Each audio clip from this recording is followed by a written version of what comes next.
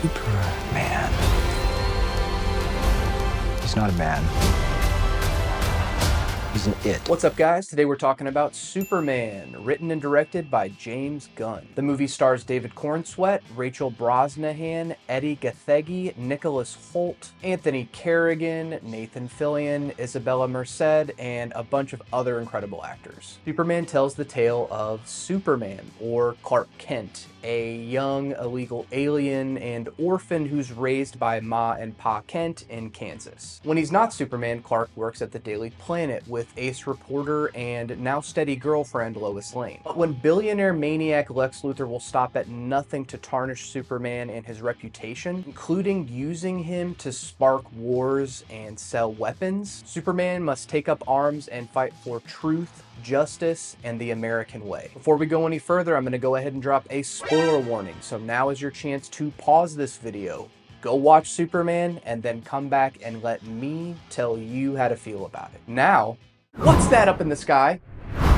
When it was announced that James Gunn was taking over as the creative director of the new DC universe, I was very excited. I enjoy all his movies he did for Marvel, and his Suicide Squad movie kinda rips too. Knowing his affinity for comic books, especially that he name-dropped All-Star Superman as an influence, which is easily one of my favorite comic books ever, I figured he had it in the bag. Instant classic in the makings. And while the movie isn't that, it's still a very good superhero movie and one of the more exciting entries from DC maybe ever. It's kinda brilliant, kinda stupid, doesn't take itself too seriously, and it's just goofy fun. Seemingly simple, but more thought-provoking as you unpack its layers. The movie starts in a very jarring way. There's a fade to color with a significant amount of text giving us the context of where Superman is in the world right now, how he's received by Earth's people, and a few key names that we will see play out later in the movie. I felt this text dump was just a bit too much, too fast exposition dumping, but it's kind of the point. Gunn wants to get the ball rolling, and as a longtime comics fan, I appreciated that. The in-media res approach to the story is refreshing. We get all the key ideas. The Superman is youthful, emotional, and driven to do good, but he is flawed and not quite invincible. He can be beaten. There are so many characters in this movie, and the actors playing some of these characters, like Nathan Fillion as Guy Gardner or Beck Bennett as Steve Lombard, are just as strong as cameos, even if not all the characters get enough time to shine. This was fun for me, and it never felt like the movie was dumping references for the sake of it. I felt like I was earnestly playing the Leonardo DiCaprio points at screen game. The movie doesn't necessarily expect you to remember all the names along the way, but I do think the most important characters like Superman, Lois Lane, Lex Luthor, and Jimmy Olsen get just enough time for you to like them, even if some of that relies too much on the Marvel-fied humor Gunn brings to the movie. A major cardinal sin for modern superhero movies, namely Marvel, is that the movies have no stakes. When they do, they work so much better, but this doesn't happen very often, hence Marvel fatigue setting in. Lex Luthor is a captivating villain. He has influence in vast and far places, including the American government, but he also creates a literal other Superman to fight, well,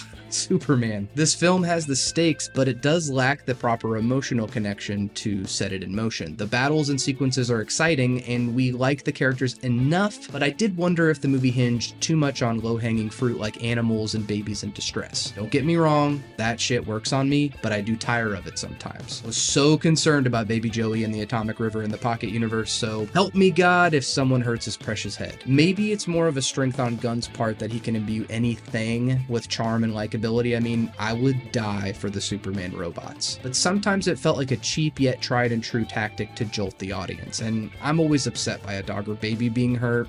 Never fails. Speaking of jolting the audience, this movie is not afraid to go the distance in its violence, effectively upping said stakes. It is a remarkably dark movie for something so colorful and cheerful on the surface, but this does go a long way in establishing the characters, namely Lex Luthor. There is a scene so quietly harrowing in this movie involving him in a game of Russian roulette that it makes Luthor just work. He's a hater to the max, a perfect villain, and more importantly, Gunn draws the line in the sand. Not all villains need a redemption arc. Sometimes they can just be evil. Superman also gets sent through the ringer. Kryptonite exposure is brutally rendered on screen, and during the sequence he's trapped with Metamorpho, I looked over to my friend and we were both audibly like, oh my god, he looks bad. Nicholas Hoult as Lex Luthor may be the best casting of the movie. I enjoyed him in the recent Juror Number 2 and Nosferatu, but wow, he shines in this role. He hates Superman, and that hatred rips through the screen and sits in your soul. When Superman finally beats him, turning the public on Lex and sending him to prison, the choice for Lex to start crying was powerful. Even I couldn't help myself from scoffing at him. That's what you get, you little whimpering bitch. It helps that the movie does not shy away from the immigrant story, and given what's in the news recently, the scene where Superman turns himself in only to be detained in a secret prison alongside a journalist who simply wrote negative words about Luthor, we see how squarely Gunn sat at his typewriter. How much news was he watching when he wrote this? Seriously. Sometimes it almost felt too on the nose to a laughable degree. The Robo-Monkey internet trolls, that was funny. That was personal. David Corenswet was perfect as Superman. I mean, he just immediately feels like Kal-El. I can't really find anything wrong with his performance. He's eminently charming and has great chemistry with everyone, but perhaps his greatest scenes involve Ma and Pa Kent after he's escaped home to heal after narrowly escaping the Pocket Universe. I felt the casting for Ma and Pa especially inspired, the movie wisely choosing to portray them as more salt-of-the-earth people instead of casting some hot Hollywood actors to portray them. My friends gave me some guff about this, and don't get me wrong, I like a hot Aunt May, but I don't need Ma and Pa to be hotties too. Corenswet eats up all the scenes he's in, but who he really shines against is the magnificent Rachel Brosnahan. She is a revelation as Lois Lane, perfect on-screen chemistry with Clark. Quietly, their interview scenes alone in her apartment are some of the film's best. Clark cooking her breakfast for dinner, it feels more like something ripped straight out of a 90s romantic drama. The dialogue is sharp, their back and forth fun and engaging, and you almost forget all the CGI happening around this movie in the distance. It's cool when that happens, it makes the world feel more lived in. Superman can't fight all the bad guys after all, but these scenes with Lois endear us more to the man behind the cape. Brosnahan is awesome on screen, infinitely charming, just pops, and if I may say, easy on the eyes. Inspired casting once again. My friend Courtney commented that it was nice to see a DC movie that actually had,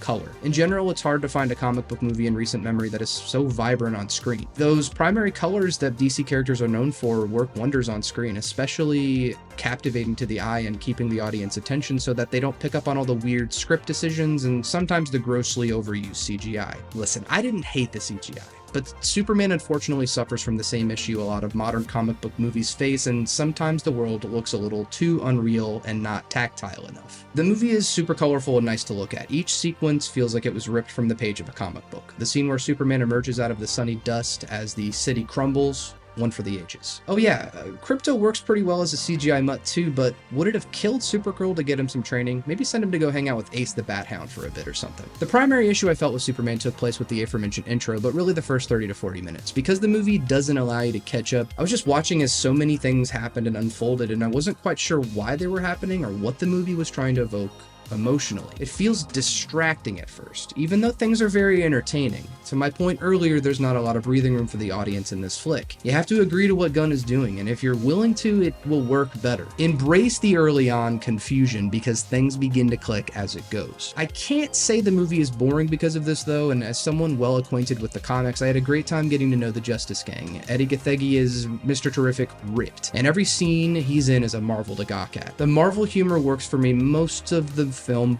I'm kind of a sucker for it if it's done right, but I would have loved more moments where we get to just see Superman be Superman. The quiet moments with Lois and eating dinner with Ma and Pa Kent. The flying sequences are fucking sick, but let me see some more negotiating and conversation that doesn't involve punching giant kaiju. The save the squirrel moment. Incredible. More of that, please. Surprisingly, in a movie that seemingly lacks restraint, the way they pump the brakes on a scene right when it has the ability to punch you in the gut really takes the wind out of it. Though I will give them major kudos for having the balls to end the movie here, so to speak. There was only a mid-credit sequence and it was inconsequential. One and done, but still an exciting premise for a new extended universe. All this being said, the more I ponder on Superman, the more I think that while it's not a perfect movie, it is much closer to what I've been wanting from comic book movies in recent years, and I'm grateful for it. It's not afraid to swing for the fences, get violent, have a visual style, a unique voice, and many layers to unpack. I applaud that Gunn embraced Superman's actual origin, uplifting the illegal immigrant story. And tonally, it's pretty darn close to Sam Raimi's Spider-Man, which is one of my favorite movies ever, and it's probably one of the best superhero movies ever too. We get so many ideas crammed into one movie, which can be daunting, but ultimately I think it will help on repeat viewings and enrich the movie's subtext. For those not acquainted with James Gunn and his voice, this movie is pretty welcoming to those stepping into the DC universe for the first time. It doesn't feel like you need to do that much reading after the fact, but if you want to, it's there. Newcomers may be challenged by its lack of hand-holding, but I foresee this movie inspiring many Google searches like, who is Guy Gardner? And I'm concerned about that because I feel like he might be the next Deadpool. I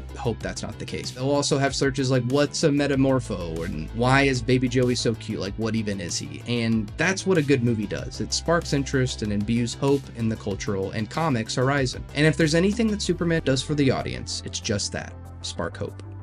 Hey man, I mean, who doesn't like to see an alien make a white billionaire cry? To see the good guys win? To see the wrongfully imprisoned people freed in order to help the oppressed masses? What else do you want me to say? How else can I sell you on this? Superman is a pretty remarkable film amongst the wreckage of a dying empire of comic book films. It could very well revitalize comic book movies, even comic books, for a new generation. And for once, and I'm seeing this criticism elsewhere on the internet, what's wrong with a comic book movie that's made for the comic book fans? I don't know, maybe sometimes it's okay to cater to an audience that wants something different and wants their intelligence respected. I don't need the origin story all the time. Just drop me in there in media res, I don't mind. And a lot of other movies do this technique, but when comic book movies do it, it seems controversial. Superman is chock full of incredible performances, especially David Corenswet and Rachel Brosnahan. Exciting and action-packed set pieces and sequences with an exciting sense of fun, with a brazen, stupidly silly approach to its storytelling. Yeah, it's messy, but if you know anything about Clark Kent,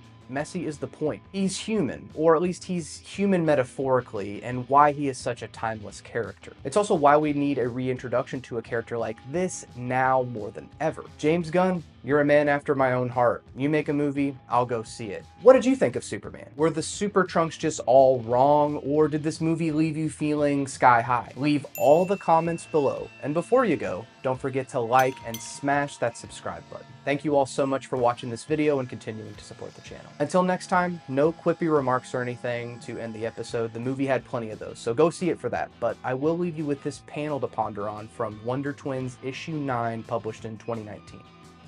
Good night. I'll go get him for you.